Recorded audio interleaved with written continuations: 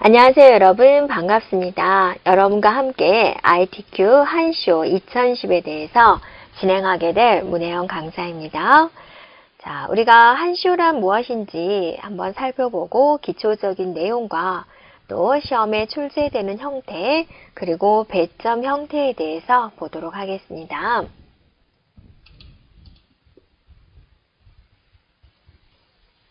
자, 한쇼는요, 프리젠테이션입니다. 프리젠테이션을 목적으로 개발된 프로그램입니다. 그래서 MS 제품의 파워포인트와 비슷하다라고 보면 되겠습니다.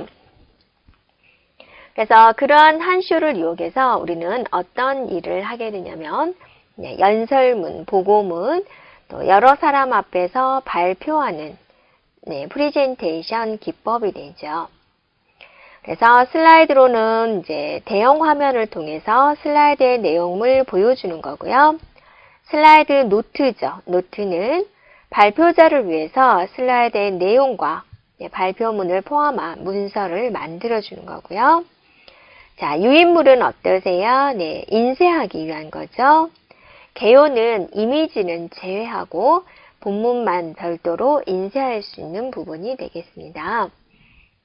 자, 프레젠테이션이라는 것은 여러분의 생각을 구체화해서 청중에게 효과적으로 발표하는 것을 의미하는 거죠.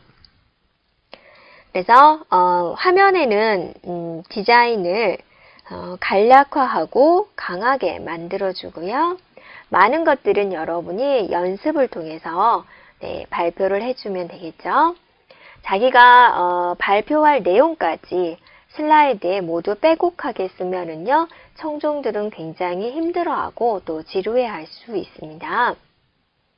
프레젠테이션의 대가 스티브 잡스는 한 번에 발표를 하기 위해서 한 30-40번은 연습을 했다라고 그래요. 그래서 그렇게 유명하신 분도 하나의 프레젠테이션을 발표하기 위해서 많은 연습을 하는데 여러분도 어떠세요? 네, 많은 연습이 필요하겠죠. 그래서 프레젠테이션에 대한 우리가 한쇼에 대한 기능을 익혀주고 자, 간략화시켜서 일단은 표현을 하고 여러분이 발표를 할 때는 이제 자신의 생각을 많이 연습해 가지고 발표하면 되겠습니다.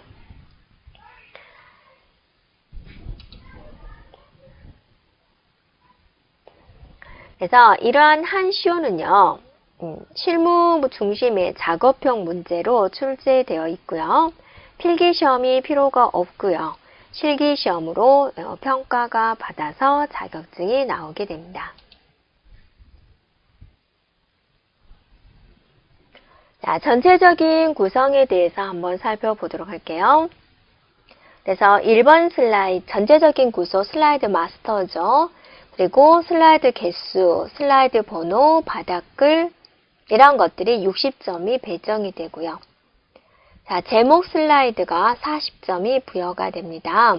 도형, 그림, 워드숍 기능을 이용한 거죠. 그리고 목차 슬라이드가 60점입니다. 자, 하이퍼링크, 도형 배치 능력을 평가하게 되고요. 텍스트 슬라이드가 60점이 배정이 됩니다. 텍스트와 그림, 동영상에 대한 내용이 되겠죠. 네, 그리고 표 슬라이드가 80점이 부여가 되고 있습니다. 거기에 도형도 같이 들어가게 되죠. 차트 슬라이드가 100점이 부여가 되고요. 맨 마지막 슬라이드가 100점이 배정이 됩니다. 그리고 개체 묶기와 애니메이션 효과까지 잘 줬는지 판단을 하게 되고요. 자, 한쇼에 대한 간단한 기능을 한번 보도록 할게요. 자, 열림 상자 메뉴가 됩니다. 그래서 탭에 각각의 그룹의 명령어로 구성이 되어 있어요. 자, 탭, 그룹, 명령 단추 이런 식으로 구성이 되어 있다라는 겁니다. 그리고 자, 대화 상자 아이콘이 있어요. 그래서 해당되는 탭 명령을 눌러주면은 바로 이렇게 대화 상자가 나오게 되고요. 또 서식 도구 상자를 기본적으로 한 쇼 창 맨 위에 위치를 했어요. 그래서 많이 사용하는 도구를 여기서 빠르게 처리할 수 있도록 했어요. 그러니까 우리가 보통 많이 쓰는 게 뭐예요? 새로 만들기, 열기, 저장, 인쇄 이러한 내용들이죠. 네, 그리고 비디오를 삽입을 할 수가 있고요. 또 비디오에 대한 내용을 마우스로 눌러서 재생할 수 있고 자동 실행되도록 설정할 수 있어요. 슬라이드 쇼를 진행을 할 때요. 그래서 슬라이드 쇼를 진행을 할 때, 여러분이 발표를 할 때 아무래도 청중들의 긴장감이 떨어질 수가 있을 때 동영상을 잠깐 틀어주면은 집중도가 많이 좋아지게 됩니다. 그래서 슬라이드 발표를 할 때 동영상은 우리가 보통 잠깐의 동영상은 필수로 집어넣게 되죠. 다음에 글자 선택하는 방법입니다. 단어에서 마우스를 드래그 해주면 단어가 선택이 되죠. 또는 더블 클릭을 해줘도 돼요. 문단을 선택할 때는 이렇게 3번 클릭을 해주면 하나의 문단이 선택이 됩니다. 또는 글머리 기호가 있으면 글머리 기호를 이렇게 눌러주면은 선택할 수가 있고요. 또는 첫 번째 글자를 클릭해주고 맨 마지막 글자에서 Shift 클릭을 해주면 연속된 범위를 선택할 수가 있고요. 자, 도형 작성을 할 때입니다. 자, 도형을 작성을 해주고 이렇게 십자 표시 상태에서 드래그 해주면 원하는 위치로 이동이 되고요. 네, 조절점을 이용을 해서 크기 조절을 할 수가 있고요. 복사를 할 때는 컨트롤 누르면서 드래그를 하면 되고요. 수평이나 수직으로 복사를 하려면 Shift 키를 같이 눌러줘요. 그래서 컨트롤 Shift를 누르면서 드래그를 해주면 복사가 되는데 수직, 수평으로 우리가 복사할 수 있어요.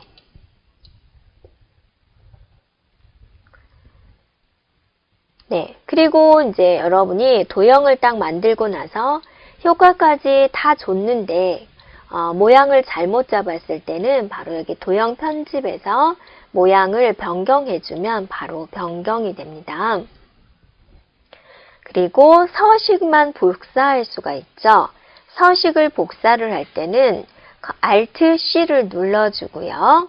네, 마우스 포인터가 이런 모양일 때 클릭을 해주면 되겠습니다. 그리고 단축키를 알고 있으면 빠른 작업을 할 수가 있죠. 자, 우리가 일반적으로 많이 쓰이는 단축키만 한번 살펴보도록 합니다. 컨트롤 M이 새 슬라이드 만들기. 여러분이 새 슬라이드 만들 때 엔터를 치죠. 그래도 되고 컨트롤 M을 눌러도 되고요.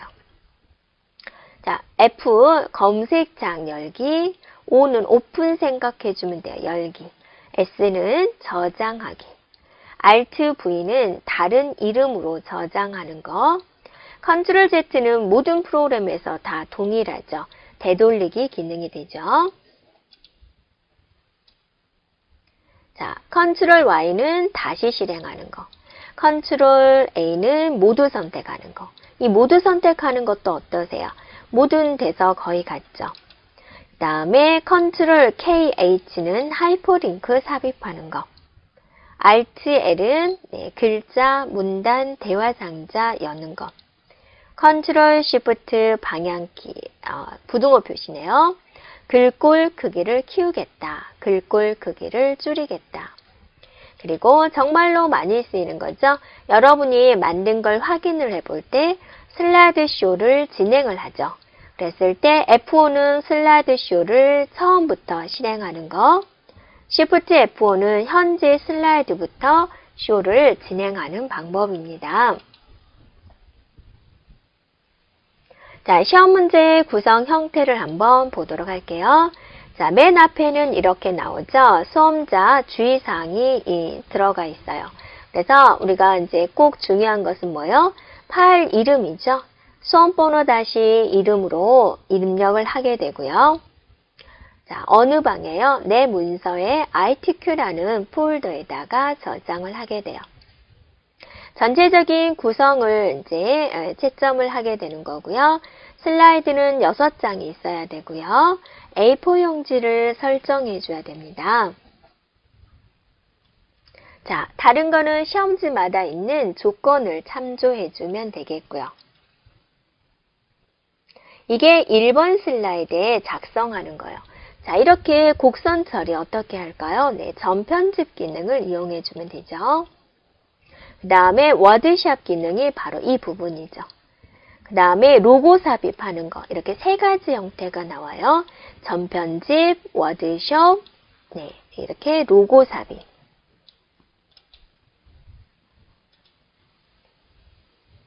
이게 이제 2번째 슬라이드가 되죠. 목차 슬라이드가 됩니다. 그래서 도형에 대한 내용이죠. 제목을 입력했는지, 도형의 편집 작업, 잊지 않고 하이퍼링크를 삽입을 했는지, 그림을 이제 자르기 기능을 이용해서 특정한 부분만 넣게 되어 있어요. 이렇게 잘 했는지 판단을 하게 됩니다. 자, 그리고 이제 또 슬라이드 3번째의 내용이에요. 자, 여기서는 어떠한 걸 매기냐면 글머리표와 동영상 삽입입니다.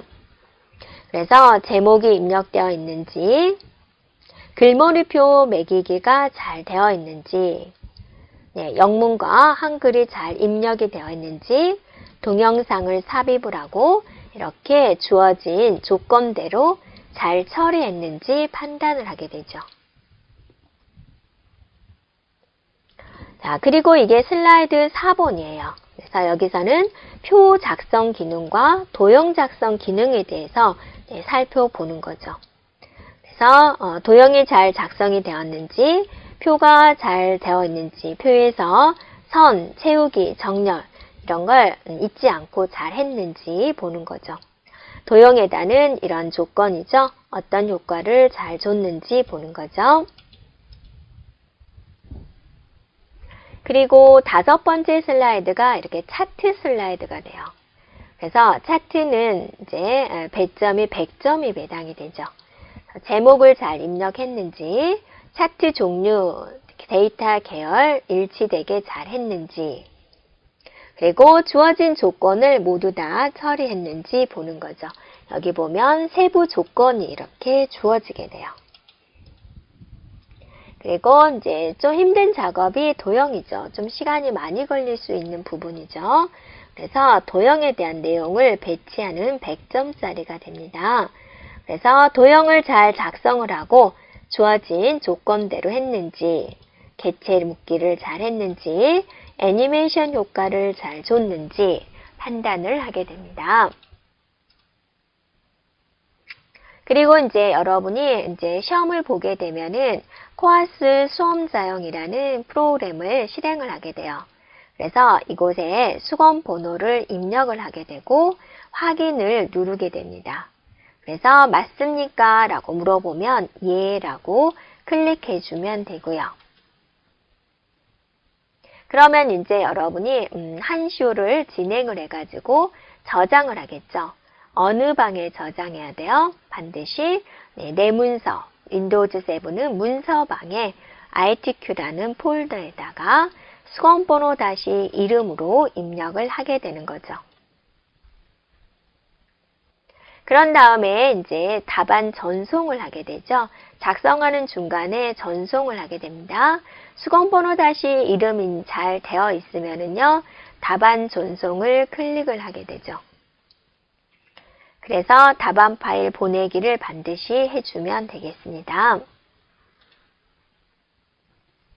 그래서 우리가 총 18강의 8강을 진행을 하게 될 건데요. 자, 1단원에서는 우리가 이렇게 한슈일란 어떻게 생긴 건가, 시험 배점은 어떻게 되는 걸까에 대해서 살펴보았고, 2단원에서는 그래도 한쇼가 좀 생소한 분들을 위해서 한쇼에서 이루어지는 각종 기초적인 사항에 대해서 살펴보고요. 3단원에서는 이제 마스터와 워드아트 전편집에 대해서 살펴보도록 하겠습니다. 그래서 표지 디자인을 할 수 있어요. 여기서 마스터와 전편집 기능을 다 마무리하도록 하고요. 자, 그 다음에는 도형에 대해서 살펴보고요. 그 다음은 그걸 이용해서 목차 슬라이드를 만드는 겁니다. 여기에 하이퍼링크 기능도 같이 들어가게 되죠. 도형을 만들고 도형에다가 여러 가지 효과를 설정하는 겁니다. 그리고 7단원에서는 글머리표 작성을 하고 동영상 삽입하는 걸 배우죠. 그래서 이 두 개의 기능을 이용해서 슬라이드 3번을 완성하는 걸 배운다 그거죠. 그리고 이제 9단원에서는 표를 배우고요. 표 슬라이드를 작성하는 슬라이드 4를 10단원에서 완성하도록 하겠습니다. 자, 11단원에서는 차트에 대해서 학습을 하고요. 그래서 이 학습된 내용을 가지고 12단원에서 슬라이드 5를 완성하도록 하겠습니다. 자, 13단원에서는 도형과 애니메이션을 만들고요. 그래서 이 기초적인 사항을 이용해서 슬라이드 6을 완성하도록 하겠습니다. 그래서 슬라이드 1번부터 이제 6번까지 우리가 배웠죠. 그러면 그걸 총 이용해가지고 모의고사를 이렇게 두 문제 풀어보도록 하겠습니다. 자, 여러분 기대가 되시나요? 네, 그러면 이제 제2단원에서 보도록 하겠습니다.